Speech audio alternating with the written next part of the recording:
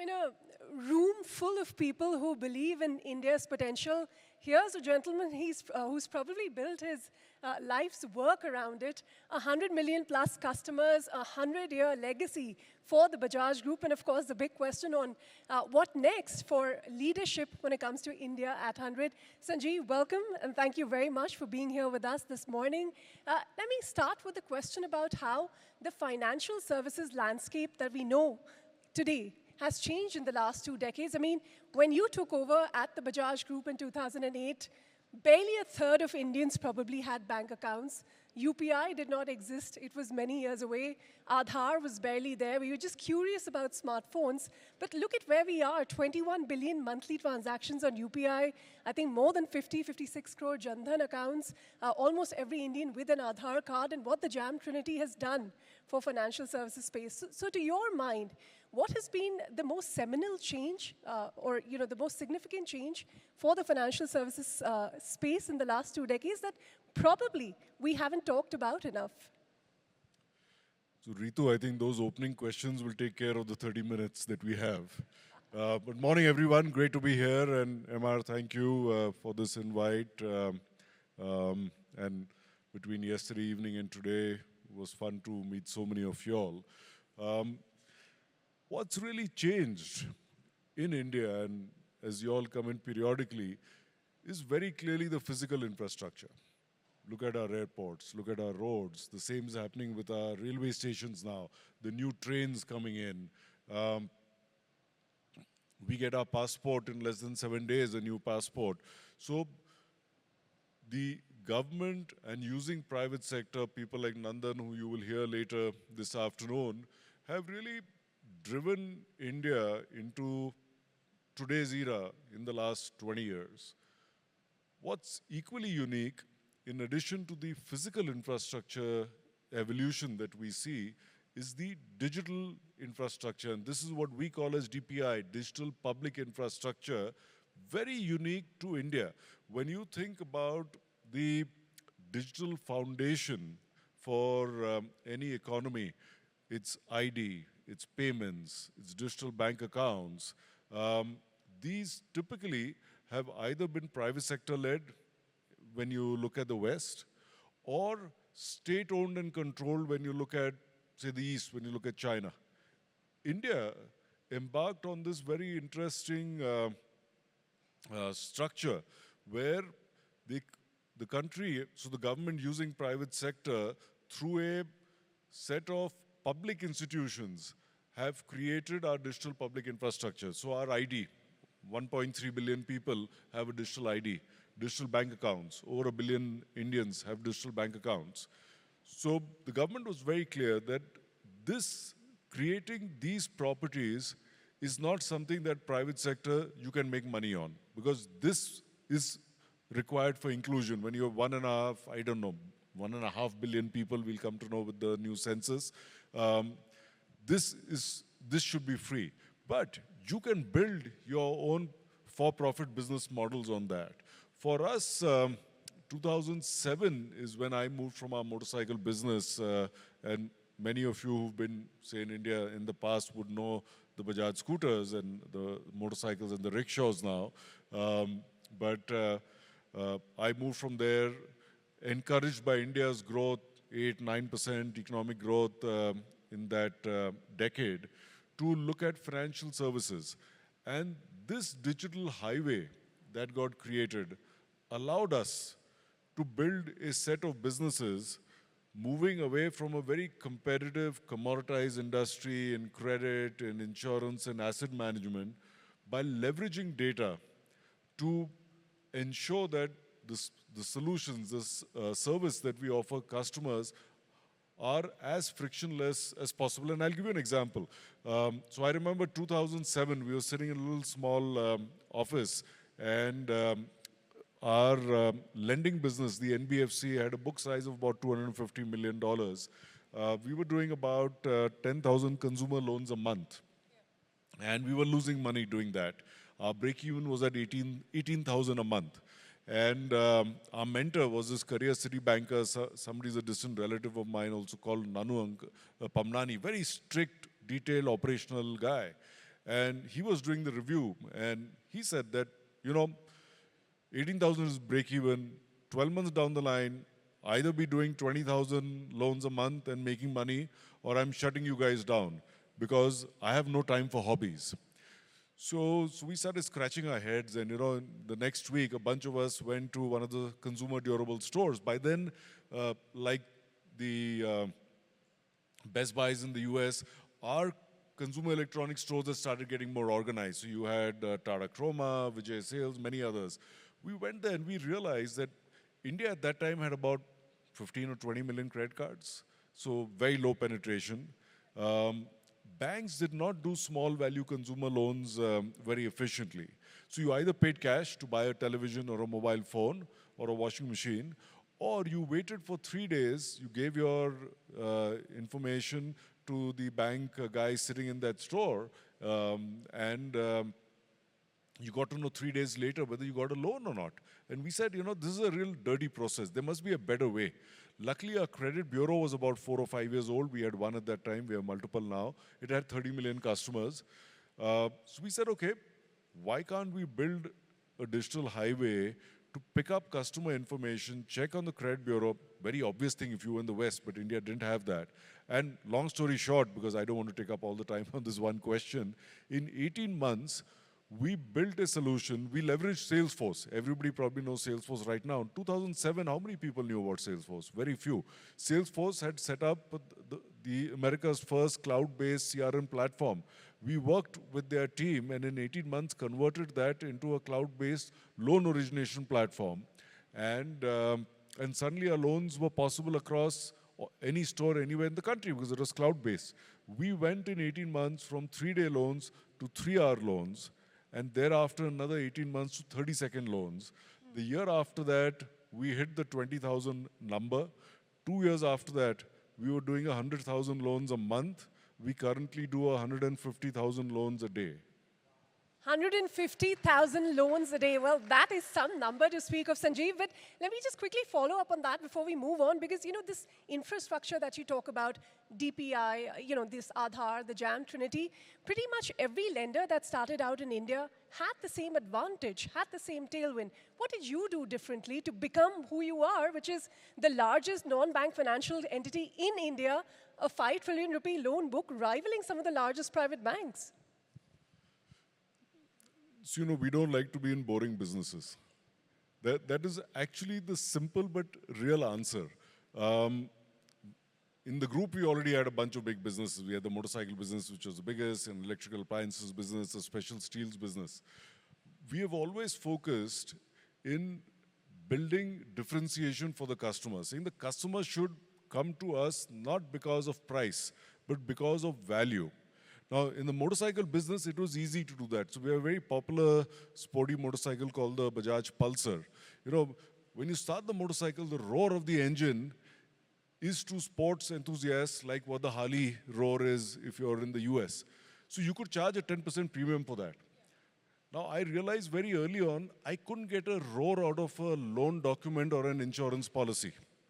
So we had to do something different. And we said that difference has to make the life of our customer easier in coming to us versus going to somebody else. That's why we started leveraging technology, got to the cloud very early on to variabilize and to create access around the country. And we created a culture from day one of driving innovation towards customer benefit. That helped us with a number of innovations. For example, I remember 3 or 4 years later, 2012, 2013, we had customers coming back in 3, 4, 5 months to the stores saying, wanting to buy another product. And our sales guy went through the whole process of ID checking and stuff. And the guy said, I'm an active customer of yours. Why do you need to find out more about me? And we said, fair point. So we went to the RBI saying, will you give us a credit card license? And they said, no, you're not a full bank. We don't give a credit card license. We said, fine, and what do we do? So equivalent to what a Sears store card is in those days, we created a customer ID card. And the credit card swipe machines that you have in all these stores, we went to the manufacturers of that, built a software for our card to get ID'd on the same swipe machines. So, and then we started distributing these cards to our existing customers. So now the customer came in, liked a particular product, swiped the card, my sales guy got all the information on the customer through the computer over there and was able to offer them an instant loan. We have now, of course, graduated over the years. Our app has, on the credit side, has 80 million active customers right now. They would have between 2 and 40 pre-approved loans and other financial products and solutions on the app. These are all instantaneously available. And that physical card, which we used to call the EMI card, we now have 50 million customers there. That's half of all credit cards that exist in the country, even though we don't have a credit card. So it's about how you drive innovation. We were denied a credit card, but we still have access to the customer using his ID. You know, speaking of innovation, the most seismic shift that we've seen globally has been the force of artificial intelligence. And I know a lot of companies here want to talk about AI, they want to talk about adopting AI, but especially in financial services, perhaps the use has been very limited to customer service, chatbots, etc. But you at Bajaj Finance, and I was reading through your last quarter, you know, some of the presentation that you've made on AI usage as well, some 400 odd bots sanctioning 2,000 crores of loans in a single quarter. And I read that your management spends as much as 15% of all of their time on AI and the use of AI kind of technologies.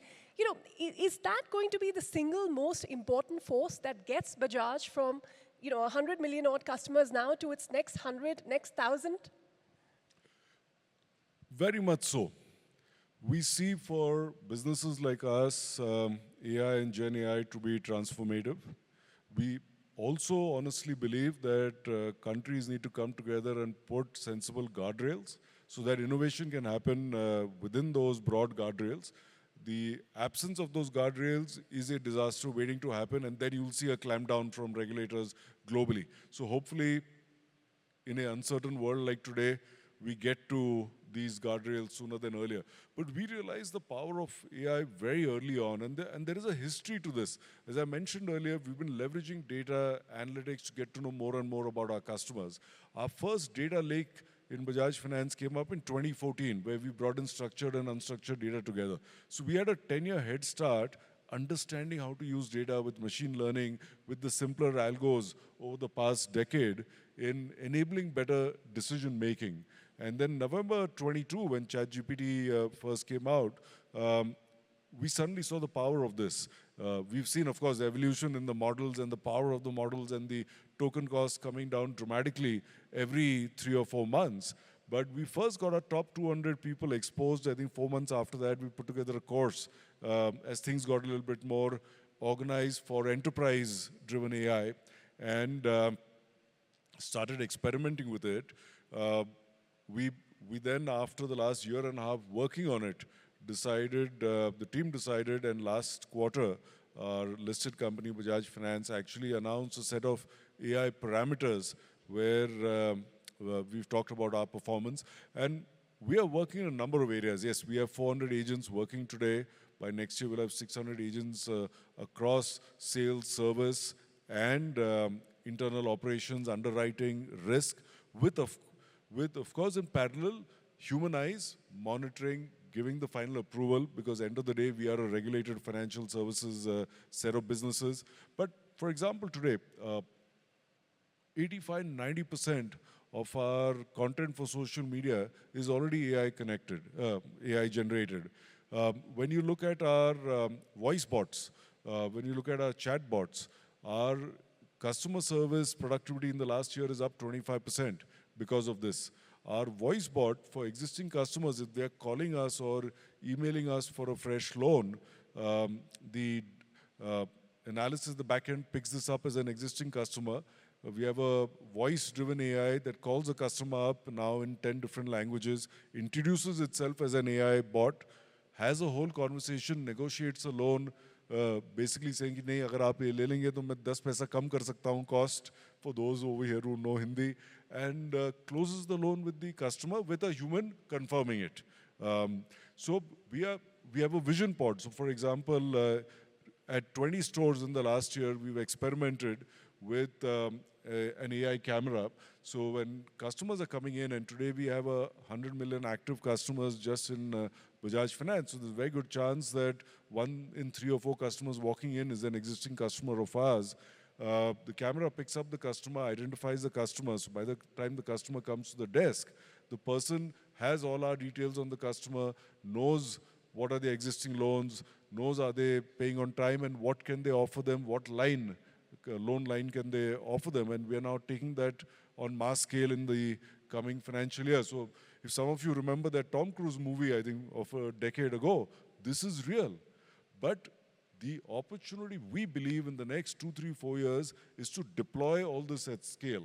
And that's what we're doing across our companies. Is the opportunity large enough for not just Bajaj Finance to use AI and scale to the next 100 million customers, but also for a lot young entrepreneurs out there who are getting in the fintech space, using AI to reach the last mile customer, for them to also have a meaningful size and scale of business? Or do you think they will always be on the fringes when it comes to large players like you?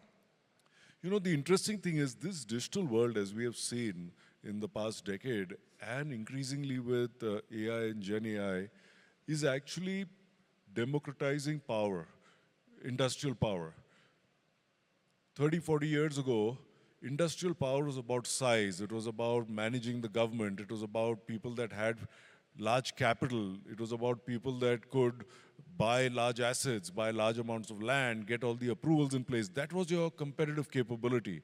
The digital world has changed that. You have a team of 4 people out of Kellogg's, or I went to a lesser known school called Harvard, that are able to build a business that can scale up to a level where you don't need those past kind of asset ownership or influencing capabilities. And AI, whether you're as a consumer, everything is at your fingertip. For people like us, how do we move from the Google search world to the AI world?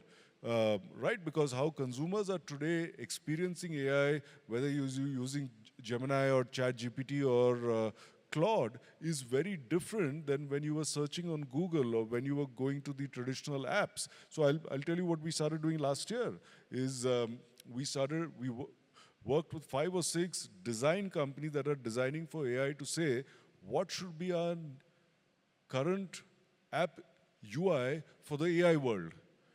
And we are now working with, exactly as Ray is telling me, it's all voice, and not only voice. What you see is just a little window, right, where it summarizes everything.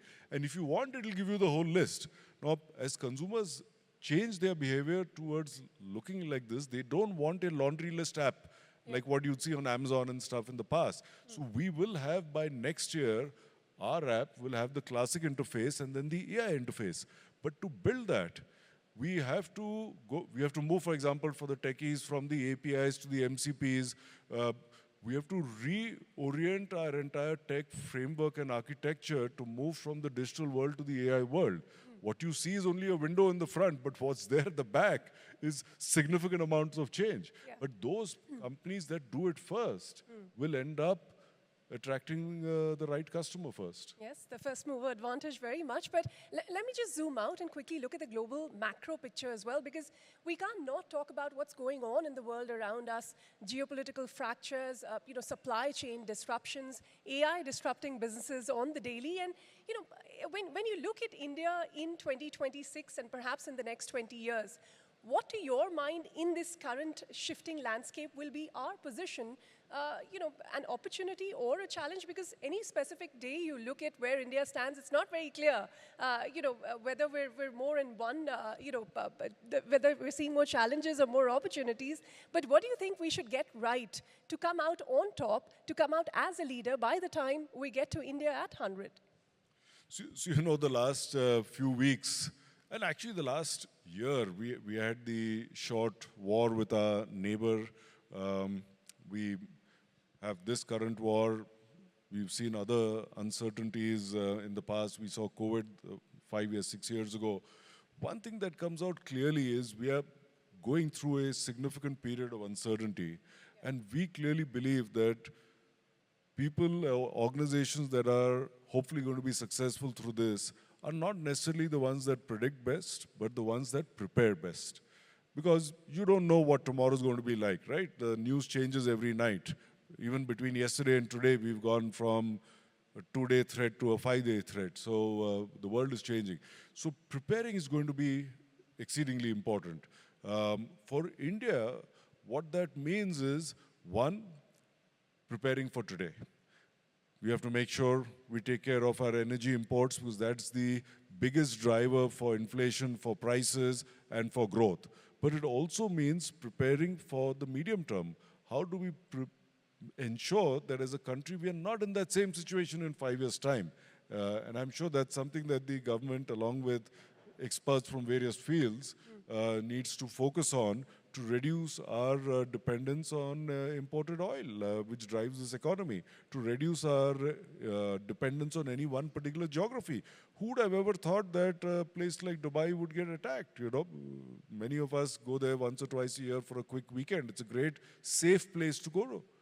Isn't safe anymore. I'm sure they'll work on a model in future which will make it safe again. But as India, medium term, we need to see how do we get more resilient. And then longer term, I truly believe that the next 20 years is India's. We have a large domestic economy, 500 million middle class. That keeps us churning. We have aligned initiatives now between government, industry, to ensure that India builds manufacturing and service capabilities in a number of sectors. Electronics has been the most recent one, with Apple producing nearly 25% of the iPhones in India. Yeah. Wait, that every iPhone made in India creates confidence globally that India can produce with quality. Yep. It's no longer just about buying cheap products, which I remember in the 70s, Japanese products were associated with being cheap. In the 80s and 90s, Chinese were, and thereafter Indian. But these things drive that change. We have to build an India for the next 20 years where we have to ensure our energy dependence reduces internationally. We have to ensure we have the right quality education. Today, a big challenge is we have millions of graduates coming out every year that don't find jobs. And we have millions of jobs that can't find right skilled graduates. We have to bridge that gap. Healthcare, affordable healthcare is again a big need. When you look at agricultural productivity, we can't have farms that are 1, 2, 5 acres. We have to find a model that makes it work. And overall, just a better quality of life. The traffic in our cities, whether you're here in Bengaluru or I'm living in Pune, is atrocious. Our city governments are doing a terrible job of that. They have to improve. Now, this is not blame game. This is when you're a $2,700 economy, you have these challenges because there's only so much money to prioritize. But every 5 years, India is changing, and that's why I'm very confident that every 5 years, and hopefully you're here more often, but when you see the new India, you will see that positive change. So really the future is ours. It's also only ours to screw up. So hopefully the future is ours. Well, hopefully not to screw up, but just to pick up on one quick thread before we move on, and this is coming at a time when the world is recalibrating its relationship with India, and you had a buyout of your foreign insurance partner Allianz, to have complete ownership of your business here in India. Was that a strategic pivot towards self-reliance, building in India, or are we reading too much into the move? No, it was very simple actually. So we had a great 25-year partnership with Allianz of Germany for our 2 insurance companies. We started it because we found a conservative, long-term, high-quality partner like Allianz. We knew nothing about insurance. But after the first 5, 6 years, see, markets in the West and markets like developing countries like India are very difficult to manage, especially if you're in any kind of consumer business. You need local talent, you need local knowledge. And I think we realized soon enough that Bajaj being in control and we were always in control. We owned 76%, 74% from day one, was helping build the business. To Allianz, they built with us 2 very high quality business, but they are one of the world's largest companies. So they used to keep telling me over the last decade, Sanjeev, how can we keep telling other people around us that we will never be in a position of control in India because you're there. And I said, I understand that. It's like if I were to go to some other country, I also want to be in control.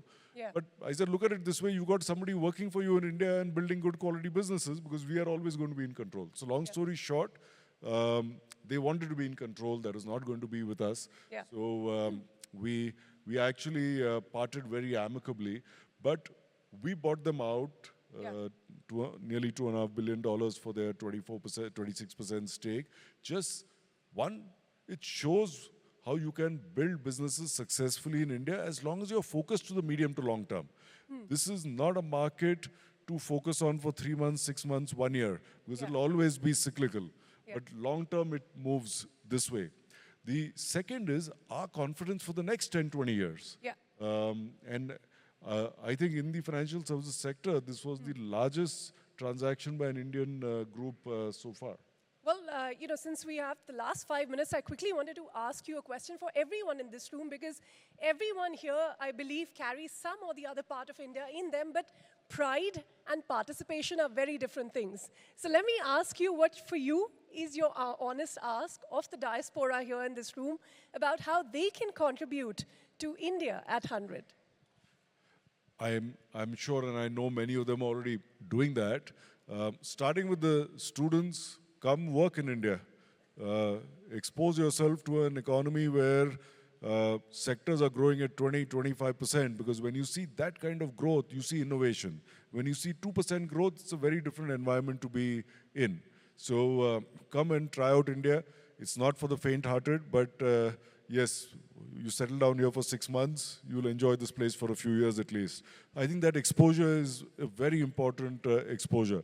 To the diaspora, and as I said, I'm sure many of you are already doing this, whether it is working with startups, whether it is your knowledge, experience, working with some of us. I work very closely with Rajan with CII. I was president of CII a few years ago. This is the largest industry association. We'd be happy to see how with MR and team, and we're already talking with Indiaspora, we can do more in a more organized manner. One of the challenges we face, so I was supposed to be end of this month in the Valley for a week. I go every year. Just with all the travel disturbances, we've pushed out our plans, hopefully by just a few months. But we see so much innovation there that's very relevant for India. But what we find is that if the unit costs there are $5, we need the same solutions at 5 cents over here for it to be economical in India. And with that, we are able to drive tens of millions of business. And this becomes a very large gap to be able to resolve. So we've managed to do that with a few Indian-owned businesses because they know of India and they know of the scale. But a lot of the other entrepreneurs there see the US opportunity, say that they can earn in dollars, and don't really want to go through the trouble of learning hoping for the large volume when they're earning in rupees. But I do think that at a particular size, it makes sense for them to get exposed to what they can do here at scale. Look at our digital transactions. As a country, we are processing 20 billion digital transactions monthly. That is more than the rest of the world put together. Think of the infrastructure, the cyber security, the uptimes to be able to do that. Other than China, there is no other country in the world where you can do this at scale. What would be great for us, and maybe Indiaspora is the right conduit, is how can we bridge this gap? Because I believe a lot of the innovation that's happening in the US and in other parts of the world, we're seeing it in Tel Aviv, we're seeing it in London, can be brought to India and deployed at scale. But we have to just get over this hurdle on unit cost. All right. Finally, to close this out, it's going to be 100 years for the Bajaj Group, by the way, later in 2026. So, as we conclude, your own learnings from the group, from the legacy that the Bajaj Group has built over the last 100 years, into what we could carry forward as India looks at leadership at 100 in the next 2 decades. So, in these times, 100 years, and yes, it is a milestone. 100 years in business is a milestone. It brings credibility, trust, brand, experience. It doesn't guarantee you're going to be there 5 years down the line, and especially in the current both external scenario and we really think the way AI is going to drive things. So it just makes us very humble to stay very real and ensure that we are always forward-looking. We're looking at the next set of challenges, seeing how we can prepare ourselves to stay ahead of the game, to be agile enough and flexible enough to know that we will get things wrong, but can we course correct fast enough? And to continue to build a culture in our organizations focused on creating long-term, profitable, sustainable businesses, focused on innovation towards continuous customer delight, focused on a very high level of what we call as accountable empowerment for our team, so that our leaders are aligned with long-term shareholders and get the opportunity to build business as entrepreneurs. And always doing it, keeping in mind that when you're 100 years old, what we have to do is preserve our legacy by making sure we are ethically always following the right path. And I don't think we can build more on what our forefathers have built, but we shouldn't take away anything by doing anything wrong. All right. On that note, Mr. Bajaj, thank you very much for candidly sharing all of those thoughts. And thank you all for being a wonderful audience. Thank you. Thank you.